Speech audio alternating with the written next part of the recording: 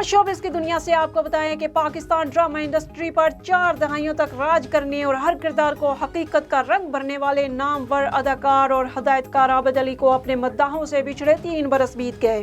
اداکار عابد علی نے وارث سمیت 70 سے 90 کی دہائی تک پی ٹی وی کے کئی مقبول ڈراموں میں کام کیا اور انہیں فنی خدمات پر صدارتی ایوارڈ برائے حسن کارکردگی سمیت متعدد ایوارڈ سے بھی نوازا گیا۔ جگر کے سرطان میں مبتلا ہونے کے بعد عابد علی 5 ستمبر 2019 کو اپنے اصل خالق حقیقی سے جا ملے، لیکن وہ اپنی جاندار اور شاندار اداکاری کی وجہ سے ہمیشہ اپنے پرستاروں کے دلوں پر راج کرتے رہیں گے۔ پاکستانی سپر سٹار ہمایوں سعید نے انکشاف کیا ہے کہ انہوں نے اپنی اہلیہ سمینا سے شادی کے لیے آنسو بھی بہائے تھے۔ پاکستان کے مشہور اداکار اور پروڈیوسر ہمایوں سعید نے کہا کہ میں سمینا کو بے حد پسند کرتا تھا۔ کافی عرصہ میری اور سمینا کی بات چیت رہی۔ جب شادی کا وقت آیا اور ہمیں شادی کا طے کرنا تھا تو میں رونے لگا کہ کہیں اس کی شادی کہیں اور نہ ہو جائے۔ میں نے کہا مجھے اسی سے شادی کرنی ہے۔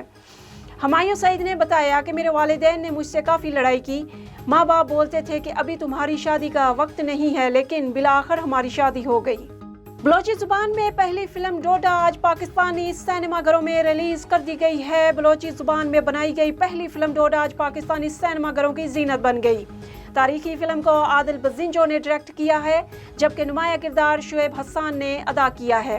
فلم کی کہانی ایک سابق باکسر کے گرد گھومتی ہے جس کا تعلق ایک پسماندہ علاقے سے ہوتا ہے اور وہ کس طرح محنت و جدوجہد کر کے دوبارہ اپنے قدموں پر کس طرح کھڑا ہوتا ہے۔